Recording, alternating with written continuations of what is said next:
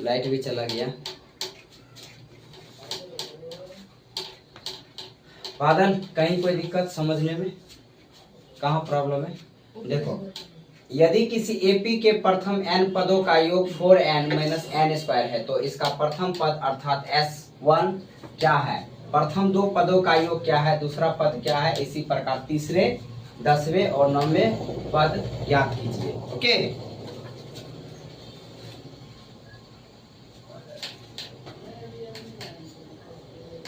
nवें पद ज्ञात कीजिए। कितने पद? nवें पद। तो लिखेंगे n पदों का योग कितना है? Sn इक्वल टू 4n और माइनस n स्क्वायर दिया है समीकरण 1। तो लिखेंगे n का मान समीकरण 1 में 1 2 3 4 रखने पर, ठीक है ना।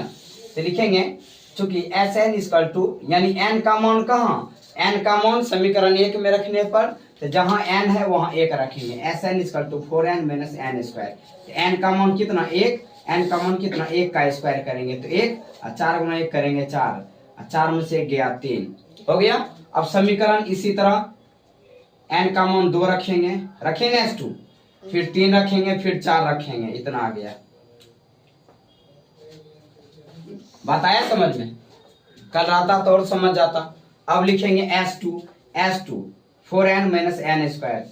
4 n का मान कितना? 2, तो 4 2 जा 8, n का मान कितना? 2, तो 2 का स्क्वायर, 2 2 जा 4 यानी 2 2 9 4, 8 9 4 गया 4। फिर चूंकि Sn 4n minus n square, तो n का मान 3 रखने पर 3, n की जगह 3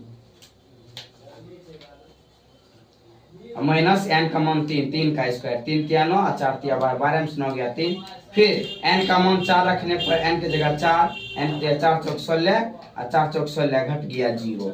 लिखेंगे तीसरा पद। अब क्या कहता है? प्रथम दो पदों का योग क्या है, दूसरा पद क्या है, इसी प्रकार तीसरे और 10वें पद क्या है।